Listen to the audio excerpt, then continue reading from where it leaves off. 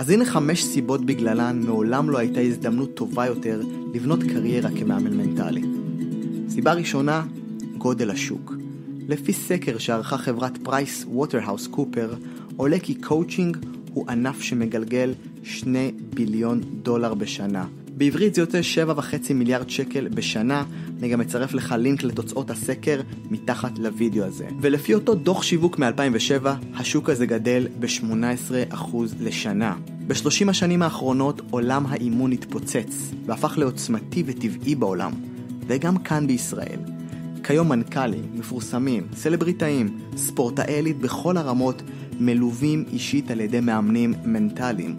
עובדה שהופכת את העסקים של מאמנים אישיים לרווחיים, ובו בזמן שהם מממשים את השליחות האמיתית שלהם ועושים את מה שהם הכי אוהבים לעשות.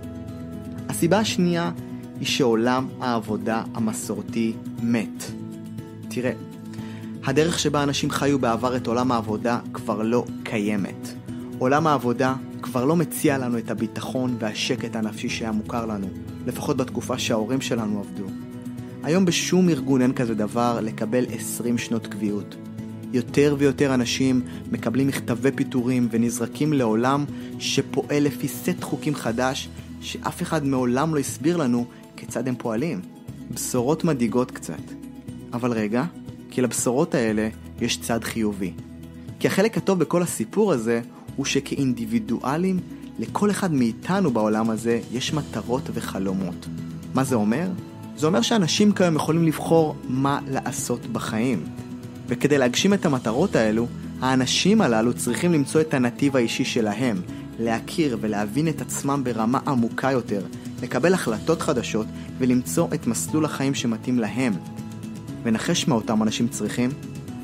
הם צריכים עזרה, הם צריכים הכוונה, ייעוץ, עם כל קבלת ההחלטות הגדולה הזו. הכוונה של מנטור, קואוצ'ר, מאמן מנטלי מוסמך.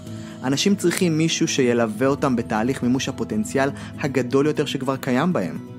אתה מתחיל להבין לאן העולם הולך. כי הסיבה השלישית שבגללה מעולם לא הייתה הזדמנות גדולה יותר להיות מאמן מנטלי היא רווח נקי גבוה. להבדיל מעסקים רבים בהם אתה צריך משרד, מלאי, רישיון שימוש או זיכיון, כשאתה מתחיל להיות מאמן מנטלי אתה לא צריך השקעה גדולה בעסק. אתה יכול להתחיל את קריירת האימון שלך עם השקעה מינימלית בשיווק. רוב המאמנים בעולם אגב מריצים את העסק שלהם מהלפטופ, האייפד, העט והטלפון שלהם. וזה בגדול מה שנדרש לעסק של מאמן מנטלי. זה עסק עם אפס לחץ, מינימום טכנולוגיה ורווח נקי גבוה. אם יצא לך לראות פעם אנשים שרוצים להקים עסק טכנולוגי או סטארט-אפ כלשהו, בטח הרגשת מוצף מעשרות התוכנות והתוספים שהם צריכים לרכוש. עם אימון מנטלי זה מאוד פשוט. אתה נדרש למינימום טכנולוגיה כדי להתחיל למשוך לקוחות משלמים מיידית. הסיבה הרביעית היא חופש. זאת סיבה שאני מאוד מאוד אוהב. כמאמן מנטלי, אתה קובע את השעות שלך. אתה הבוס של הלוז שלך. אתה איש של בוקר, מעולה. קבע עם הלקוחות שלך בבוקר. אם אתה צריך לקחת שבוע חופש או לא רוצה לעבוד ביום ספציפי, לא ביג דיל. אתה פשוט קובע ומתאם את הפגישה עם הלקוח שלך מראש לשבוע הבא. כך שיש לך גמישות אדירה שמובילה לחופש במרחב הזמן שלך. וחשוב יותר, הגמישות הזאת מובילה לחופש מנטלי.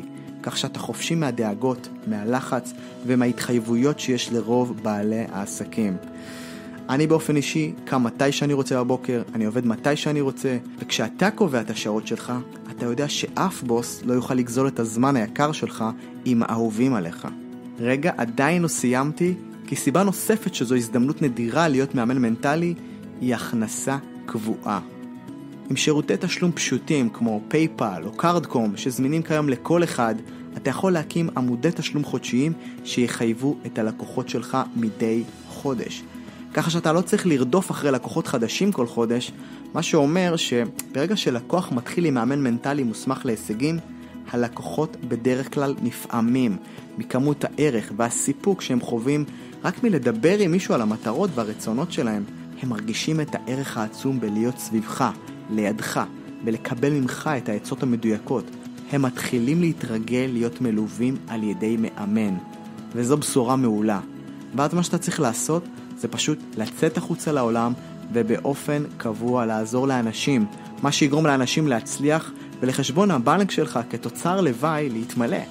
כי במצב כזה אתה תביא כל חודש הביתה נגיד בין 4,000, 5,000, 6,000, 7,000, גם 8,000 וגם 10,000 ש"ח. אגב, זה מה שהכנסתי בחודש אחד מאימון מנטלי, 4 חודשים בלבד מפתיחת העסק.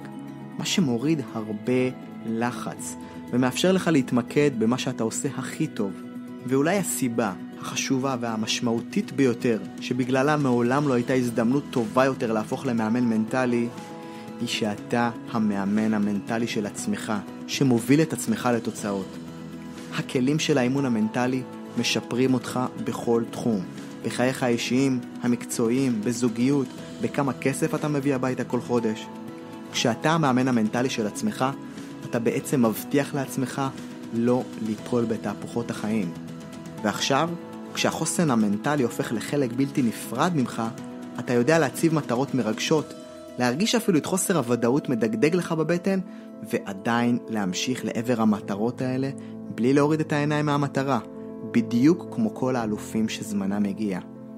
אחרי הכל, בחיים, הזרקור תמיד נמצא במרכז. אבל אם תזיזו את קרן האור טיפה ימינה, תראו את אחד הגורמים שהופכים חבורת אנשים מוכשרת לאגרוף בלתי מנוצח, המאמן המנטלי. ולי היה מאמן כזה כשחקן שהציל לי את הקריירה. האמת, הוא לא רק הציל לי את הקריירה, הוא העיר לי עם פנס את הדרך בערפל של החיים. והיום, כבעל עסק, יש לי כמה מאמנים מנטליים במקביל שלא נותנים לי ליפול. הם אנשי הסתרים שלי, ששומרים עליי ומוודאים שאני מותח את הפוטנציאל שלי קצת יותר גבוה בכל יום. וכמו שהם היו שם בשבילי, ככה אני היום שם בשביל אחרים. אז אתה בטח שואל את עצמך, איך תוכל לקחת את הידע הזה לחיים שלך?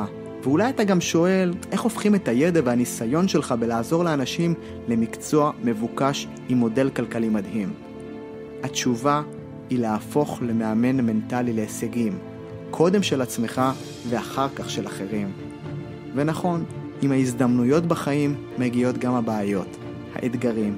ואתה בטח רוצה לשאול עכשיו, רגע איתן, אם תעשיית הקואוצ'ינג והאימון המנטלי כל כך גדולה, זה אומר שגם התחרות בענף גדולה, לא?